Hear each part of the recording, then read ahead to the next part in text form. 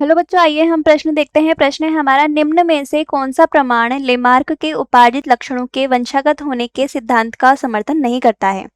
इसके लिए पहला विकल्प है गुफा में रहने वाले जंतुओं में वर्णक का न होना, दूसरा है पेपर्ड मॉथ में मेलेनाइजेशन, तीसरा है सांपों में पादों की अनुपस्थिति, चौथा है जलीय जीवों में जालयुक्त उंगलियों की उपस्थिति। सबसे पहले हम देख लेते हैं हमारी मुख्य अवधारणा।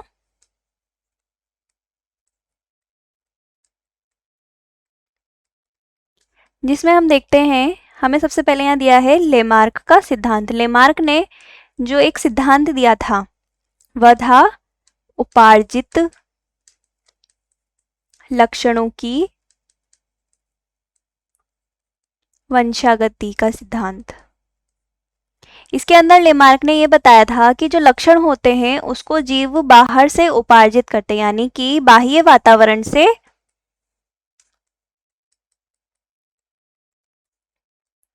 अर्जित करते हैं और उन लक्षणों की क्या होती है, वंशागति देखी जाती है। जैसे कि अब हम इसका उदाहरण देख लेते हैं। इसने उदाहरण के साथ समझाया था। पहला उदाहरण है कि जो सांप है या हम कह सकते हैं सरीसृप के जो जंतु हैं जिसमें कि सांप आता है, तो सांप में प्रारंभ में पद पाए जाते थे या पैर पाए जाते थे।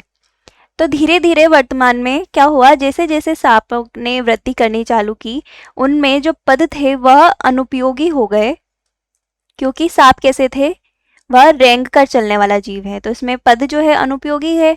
तो जो पद थे वह धीरे धीरे कैसे हो गए, विलुप्त हो गए और वर्तमान सांपों में पद नहीं पाए जाते हैं।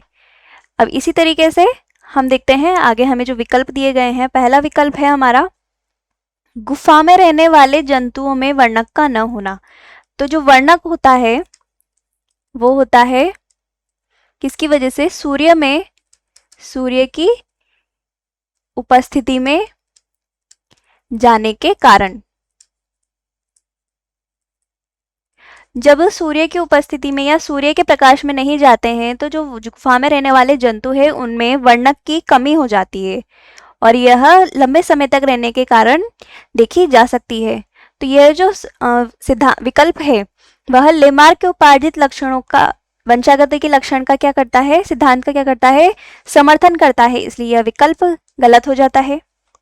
इसके बाद है पेपर्ड मॉथ में मेलेनाइजेशन।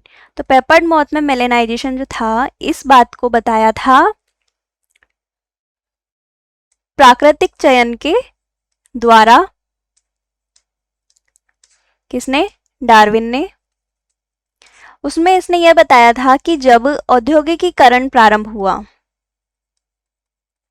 औद्योगिकीकरण, तो उस समय जो आसपास का वातावरण था उसके अनुसार जो मॉथ थी उसने अपने आप को ढाल लिया और अपने आप में उसने मेलेनाइजेशन यानी मेलेनिन की संख्या में वृद्धि कर ली, जिसकी वजह से वह सफेद से काली मौत में बदल गई और उसमें मेलेनाइजेशन हो गया।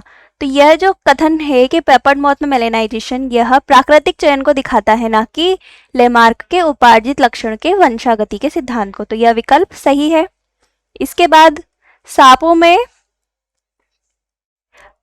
पादों की अनुपस्थिति, तो यह विकल्प भी लेमार्क के वंशागति लक्षणों के सिद्धांत को दिखाता है, इसलिए विकल्प भी गलत है।